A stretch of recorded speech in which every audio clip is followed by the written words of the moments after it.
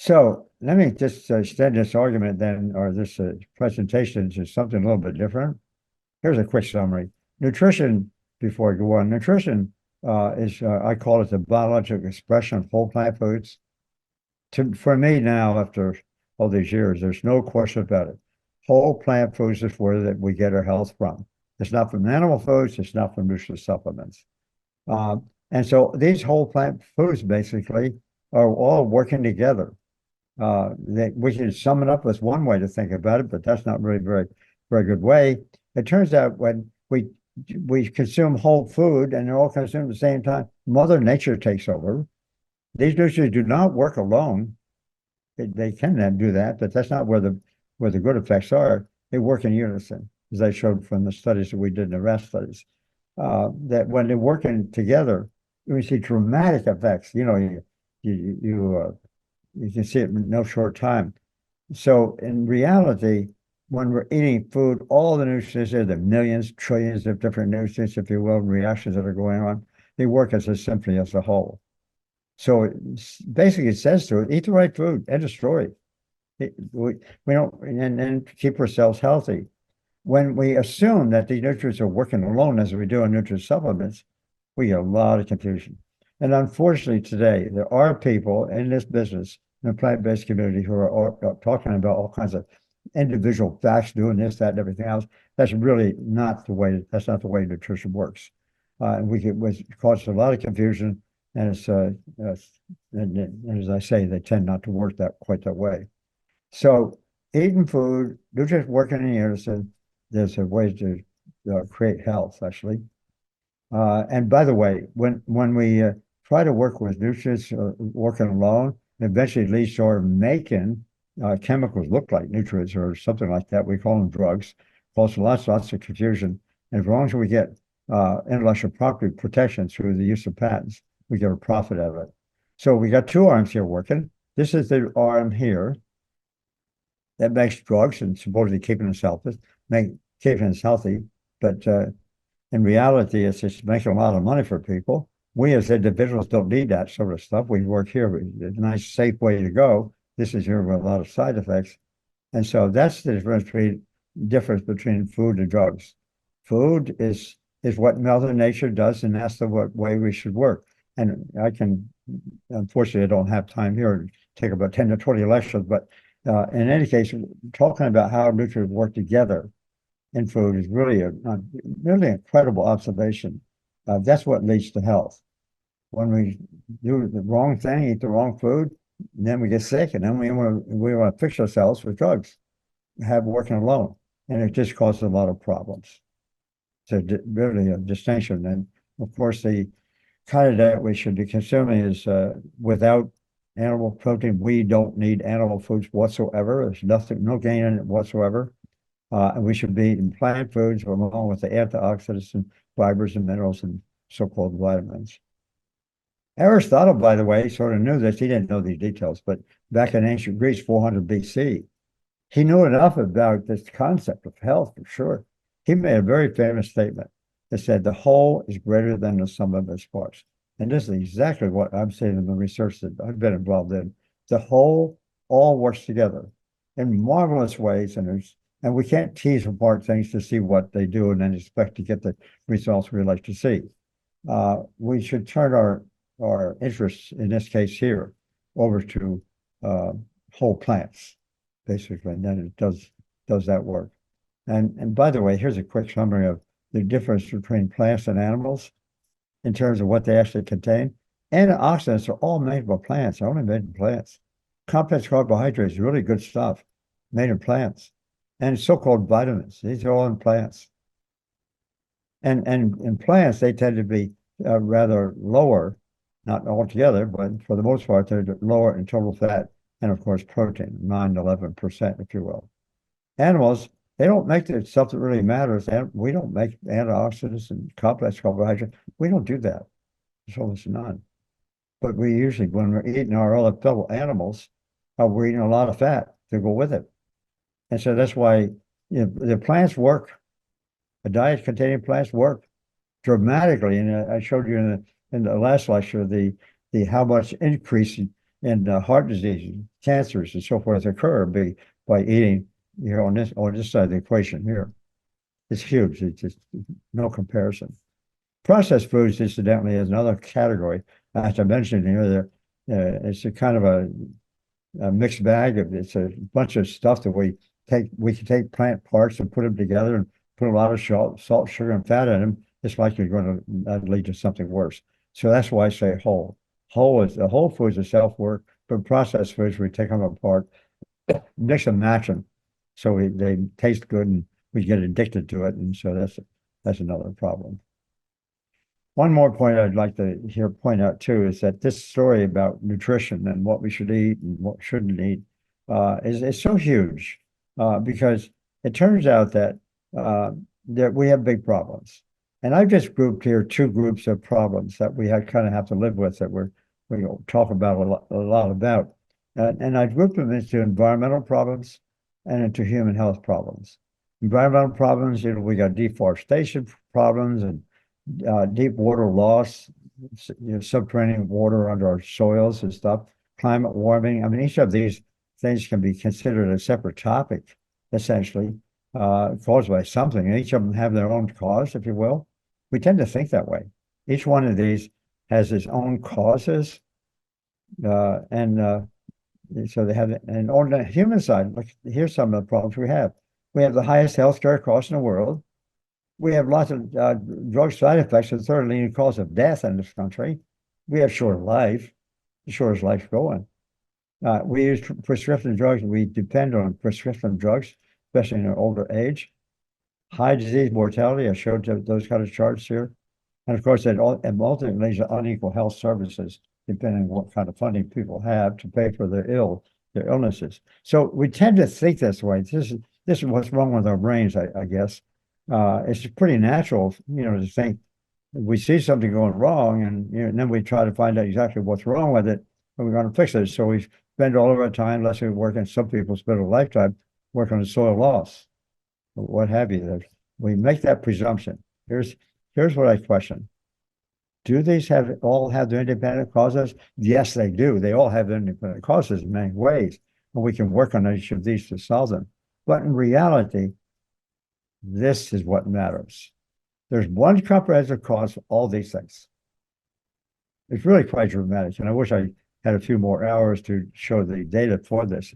But if we eat the right food, we don't get heart disease, really. We don't get cancer. We don't get a lot of the diseases that kill us and shorten our lives in different kinds of ways.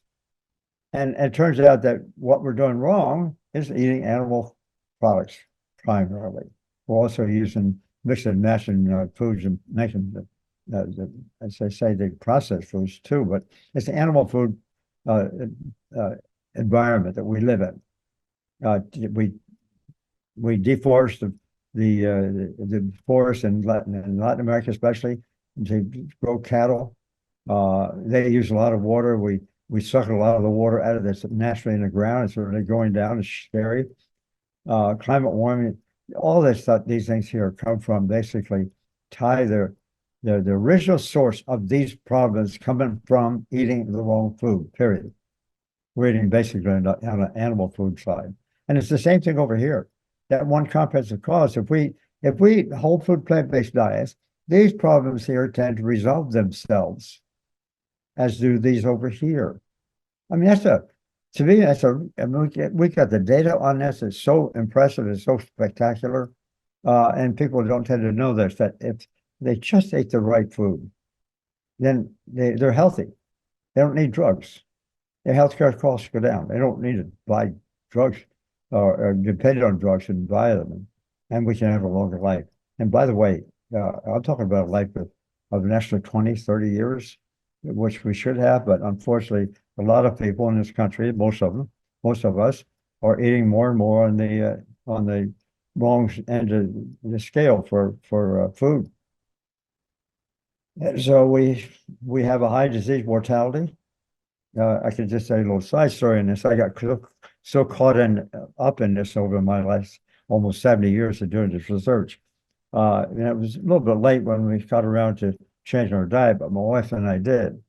I was in my early 50s. She was in her late 40s. We changed pretty much at that time.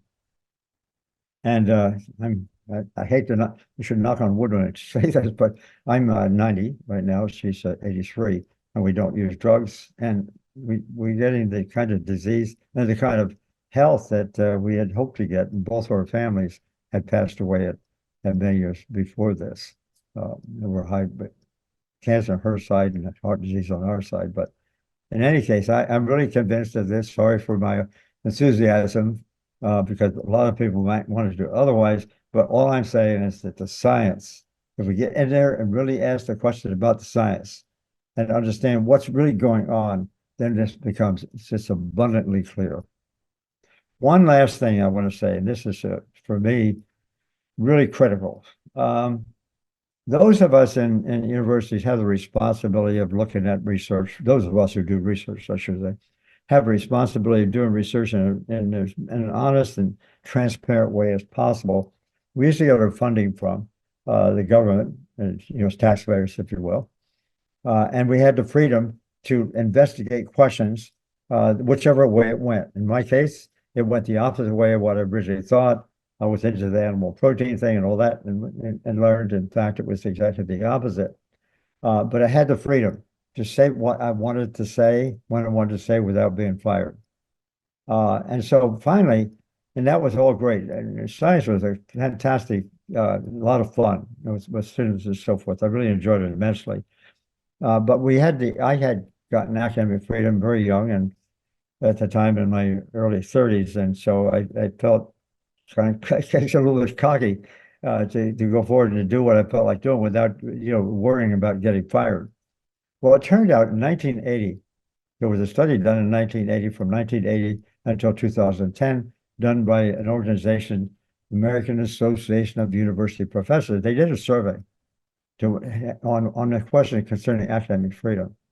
It turned out academic freedom, that's faculty have tenured positions that can't be fired. And there's a reason for that, because then they have the freedom to look at things honestly. They don't have to depend on their bosses, if you will, as to what they should do. Anyhow, academic freedom declined from 1975 to 2011, straight down.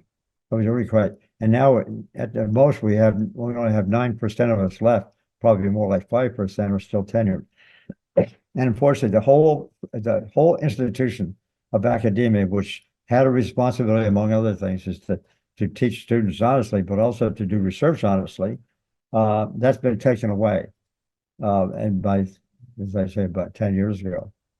It turns out as that went down, as academic freedom went down, where we had the freedom to speak and exercise our First Amendment rights, as that went down, and right along with it, the percent of funding that was coming from the public sector to the private sector to industry went up. That was the point of it. That, in my mind, was the point of it. It wasn't talked about that much, but there were people in the pharmaceutical industry, especially in other industries, wanted to bring under control these people, who have the job of determining things, in an honest way as possible. And then they start pouring in money. All of my money, I got generous amounts of funding. Every last cent of it came from the public till, from NIH. So I was able, and I had the academic freedom, and it was all lots of fun, but that's all kind of disappeared. Here is an increase in corporate funding. The two go together, and if not accidental, we could talk about this a lot. But eventually, in 2010, it came up to the Supreme Court. That's what led to the Citizens United decision. It was an attempt, not just from our quarters or other places, but it came from the point of view that the industry wanted to control what the public gets to know. And so they own the media now these days. The pharmaceutical companies provide the majority of the funding for messages on pharmaceuticals and health. That's what it is. The whole thing is. And so they have to say what they have to say through they're paying their bills. And of course, in universities, the tenure went down, non-tenured positions are now going up. And I really feel really badly for young people going into the universities these days and, really enjoying the journey and the discussions and all that sort of thing that come along with the freedom of speech, if you will, that's basically now disappearing. And so researchers are having to work or do research according to who's paying for the research, namely industry. And so we have a drug industry out of hand, totally out of hand. I feel very passionate about this because and so the public is now relying on drugs, and they're dying sooner just so somebody can make money. That's really what it comes down to. I published this in the book Whole, in what was it, 2013, I guess now it's 9 years ago. And it was a New York Times bestseller at the time. So in any case, I've given you a couple of lectures here. This is kind of abbreviated, but I just, sorry for my enthusiasm, but it is, I was enthusiastic about, being able to be involved in this and discussing and learning new things. That's nothing like learning new things and discovering that, what you may have done before, you're all wrong. And that's kind of a challenge, but you have a lot of fun to debate people on these kinds of things. So I thank you very much for your attention. Look forward to your questions.